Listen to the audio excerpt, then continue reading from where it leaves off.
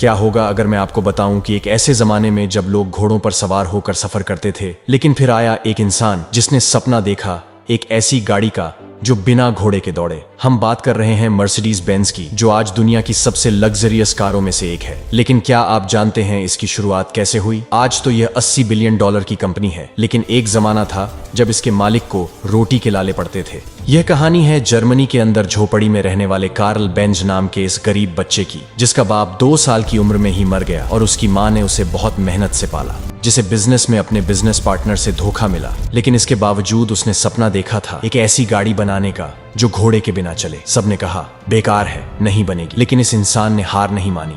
और देखिए आज मर्सिडीज बेंज का नाम कहाँ है। लेकिन रुकिए, कहानी में एक ऐसा ट्विस्ट है जिसके बारे में शायद ही आपने सुना होगा। मर्सिडीज बेंज का एक काला इतिहास भी है जो आपको हैरान कर देगा। तो बने रहिए हमारे साथ, क्योंकि आज हम खोलने जा रहे हैं मर्सिडीज बेंज के सच के पन्ने।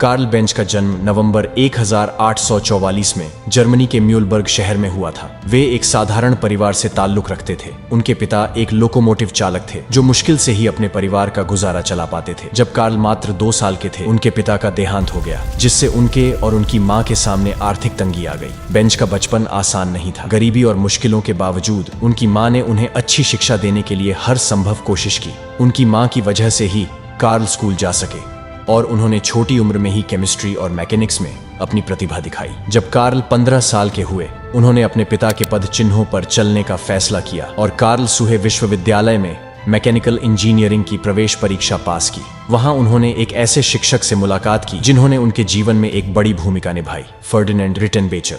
रिटेनबेचर के पढ़ाने के दौरान कार्ल के मन में एक सपना जगा, एक ऐसी गाड़ी जो घोड़े के बिना दौड़े। वो एक ऐसी गाड़ी बनाना चाहता था जो दुनिया को बदल दे। कार्ल बेंज ने जुए पॉलिटेक्निकल स्कूल से इंजीनियरिंग की पढ़ाई पूरी की।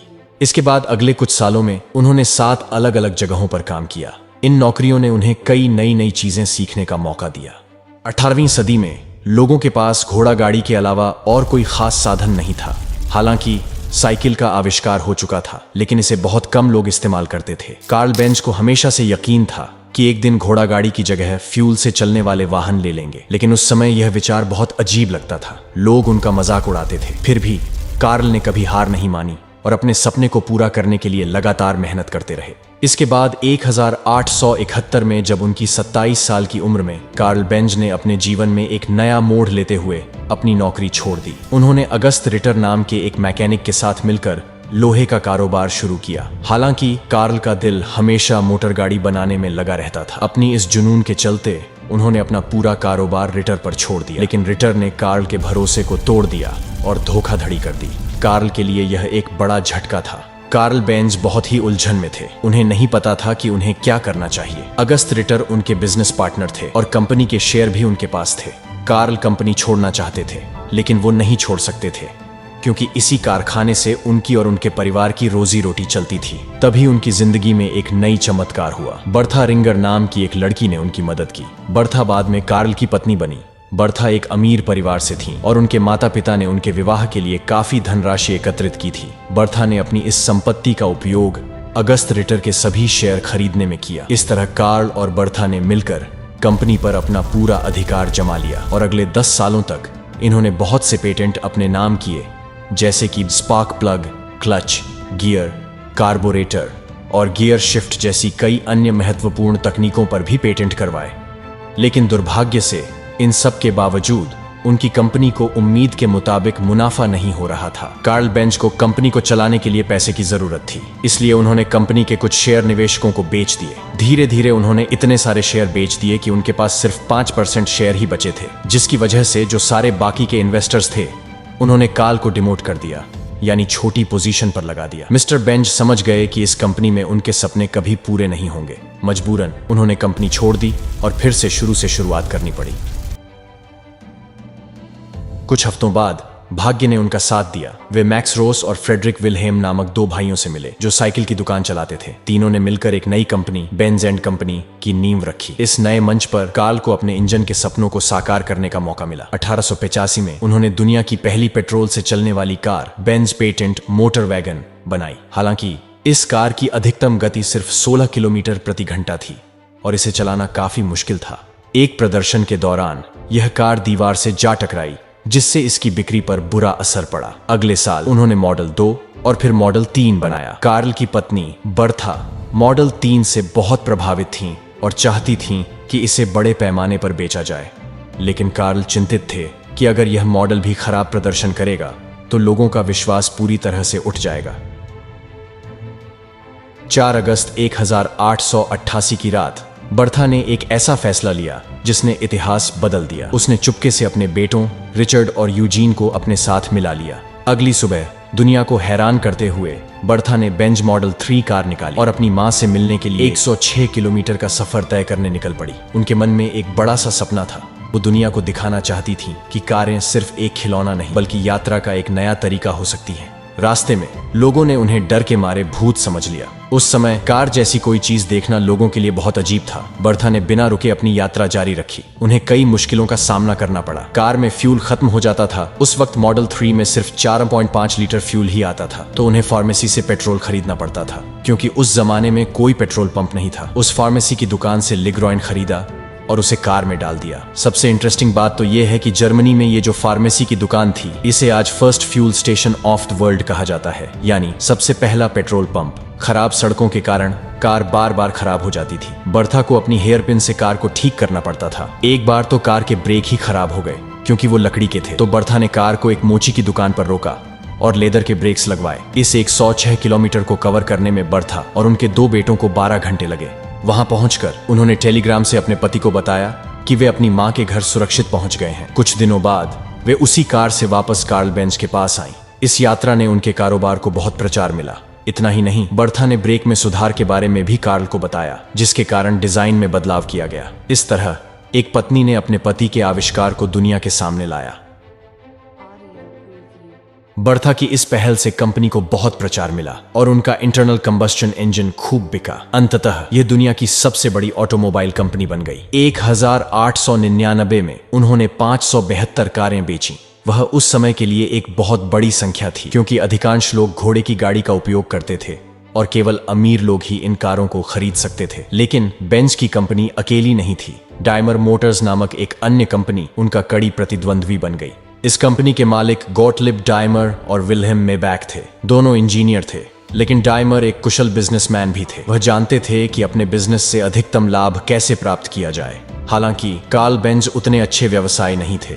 1892 में डेमलर ने अपनी पहली व्यावसायिक कार बाजार में उतारी। 2 साल बाद उन्होंने 2 सिलेंडर कार और फिर 1897 में एक front engine model Daimler Phoenix को लॉन्च किया। डेमलर कंपनी तेजी से बेंज को टक्कर देने लगी थी, क्योंकि उनकी गाड़ियां अधिक आकर्षक और आरामदायक थीं। दुर्भाग्य से 1900 में मिस्टर डेमलर का निधन हो गया और कंपनी की कमान मेबैक के हाथ में आ गई। मेबैक के नेतृत्व में कंपनी ने 1901 में अपनी सबसे बेहतरीन मास्टरपीस मर्सिडीज 35 हॉर्स पावर को डिजाइन किया। यह कार आधुनिक कारों की नींव रखने वाली पहली कार थी। इसमें एक शक्तिशाली गैस इंजन, चौड़ा और बड़ा शरीर, एक मजबूत स्टील चेसिस और जमीन के करीब सेंटर ऑफ मास था। इसे मर्सिडीज नाम कैसे पड़ा? इसके पीछे की कहानी बहुत दिलचस्प है। दरअसल उस समय एक अमीर व्यापारी था जिसका नाम एमिल जेलिनेक था। वह बहुत सारी कारें बेचता था। उसने डाइमलर मोटर्स के मालिकों से कहा कि मैं आपको एक बहुत बड़ा कार ऑर्डर दे सकता हूं, लेकिन मेरी 2 शर्तें हैं। गेक, यह पिछली सभी कारों से बेहतर होनी चाहिए। तो इसका नाम मेरी बेटी के नाम मर्सिडीज पर होना चाहिए। डाइमलर मोटर्स के मालिकों ने यह प्रस्ताव स्वीकार कर लिया और उन्होंने एक बेहद खूबसूरत कार बनाई। यह कार इतनी लोकप्रिय हुई कि जल्द ही मर्सिडीज नाम पूरे विश्व में प्रसिद्ध हो गया। कुछ समय बाद जर्मनी की अर्थव्यवस्था खराब होने के कारण बेंज और डाइमलर दोनों कंपनियों को मुश्किलों का सामना करना पड़ा। दोनों कंपनियों ने मिलकर एक नई कंपनी बनाने का फैसला किया और इस तरह डाइमलर बेंज कंपनी का जन्म हुआ। इस नए संयुक्त उद्यम ने अपनी सभी कारों को मर्सिडीज बेंज नाम दिया। इन सभी मॉडलों को एक प्रसिद्ध डिजाइनर फर्डिनेंड पोर्श ने डिजाइन किया था। दुर्भाग्य से 1929 में 84 साल की उम्र में कार्ल बेंज का निधन हो गया। उनकी मौत के बाद भी कंपनी लगातार आगे बढ़ी। और जल्द ही दुनिया की सबसे बेहतरीन रेसिंग कार बनाने वाली कंपनियों में शुमार हो गई। लेकिन कंपनी का सबसे शानदार दौर उस वक्त आया जब हिटलर सत्ता में आया। हिटलर जर्मन इंजीनियरिंग को दुनिया के सामने दिखाना चाहता था और इसके लिए उसने मर्सिडीज बेंज जैसी कंपनियों को बहुत मदद की। हिटलर ने मर्सिडीज को ग्रैंड प्री रेस में भाग लेने के लिए बहुत सारा पैसा दिया। मर्सिडीज ने 1934 से 1939 तक लगातार रेस जीती। उनकी कारें इतनी तेज थीं कि वे 200 मील प्रति घंटे की रफ्तार से दौड़ सकती थी। लेकिन मर्सिडीज अकेली नहीं थी। ऑटो यूनियन नाम की एक और जर्मन कंपनी भी रेसिंग में सक्रिय थी। दोनों कंपनियां एक दूसरे को कड़ी टक्कर देती थीं। हिटलर को मर्सिडीज कारें बहुत पसंद थीं। वह अक्सर मर्सिडीज 770 में ही दिखाई देते थे। यह कार बहुत बड़ी और शानदार थी और इसे उच्च पदस्थ नाजी अधिकारी इस्तेमाल करते थे। 1939 में जब द्वितीय विश्व युद्ध छिड़ गया तो हिटलर ने जर्मनी की सभी कंपनियों को सेना के लिए सामान बनाने का आदेश दिया। डेमलर बेंज भी इस आदेश की चपेट में आ गई। कंपनी ने अपना सामान्य उत्पादन रोक दिया और नाजी जर्मनी के लिए गाड़ियां और ट्रक बनाने लगी। जब हिटलर ने बेंज से और अधिक ट्रक बनाने को कहा तो कंपनी ने पहले महिलाओं को काम पर रखा। लेकिन जब इतने से काम नहीं चला, उन्होंने यहूदी कैदियों को काम करने के लिए मजबूर किया। एक समय में 63,000 कैदी बेंज कंपनी के लिए काम कर रहे थे। जब जर्मनी हार गया तो इन कंपनियों की छवि बहुत खराब हो गई क्योंकि उन्होंने कैदियों से जबरन काम लिया था। डाइमलर बेंज ने भी इस बात को स्वीकार किया। युद्ध के बाद कंपनी के विदेशी कारखाने छीन लिए गए और केवल जर्मनी में ही उसके कारखाने बचे। अपनी छवि सुधारने के लिए कंपनी ने पहले एम्बुलेंस और पुलिस के लिए गाड़ियां बनाई, फिर धीरे धीरे आम लोगों के लिए गाड़ियां बनाना शुरू किया। 1947 में कंपनी ने फिर से आम लोगों के लिए गाड़ियां बनाना शुरू कर दिया था। लेकिन उस साल भर में उन्होंने 170वीं मॉडल की केवल 1045 गाड़ियां ही बनाई। इतनी कमजोर स्थिति के बावजूद डाइमलर बेंज मुनाफा कमाने में कामयाब रही। सिर्फ एक साल बाद 1950 के दशक तक मर्सिडीज बेंज ने अपनी खोई हुई पहचान वापस पा ली। उन्होंने मोटर स्पोर्ट्स में भी शानदार प्रदर्शन किया और दुनिया भर में अपनी गाड़ियां बेचने लगी। 1954 तक कंपनी ने $1 अरब से ज्यादा का मुनाफा कमा लिया था। कई सालों में मर्सिडीज ने अपनी छवि पूरी तरह से बदल दी और दुनिया के सबसे मूल्यवान कार ब्रांड्स में से एक बन गई। यह सब कार्ल बेंज के बिना संभव नहीं होता, जिन्होंने एक साधारण पृष्ठभूमि से आकर कई चुनौतियों और आलोचनाओं का सामना करते हुए भी अपने सपने को पूरा करने की हिम्मत और दृढ़ता दिखाई। दोस्तों, वीडियो देखने के लिए धन्यवाद। उम्मीद है कि आपको यह वीडियो पसंद आया होगा। कृपया लाइक और सब्सक्राइब करना न भूलें। अगले वीडियो में फिर मिलते हैं।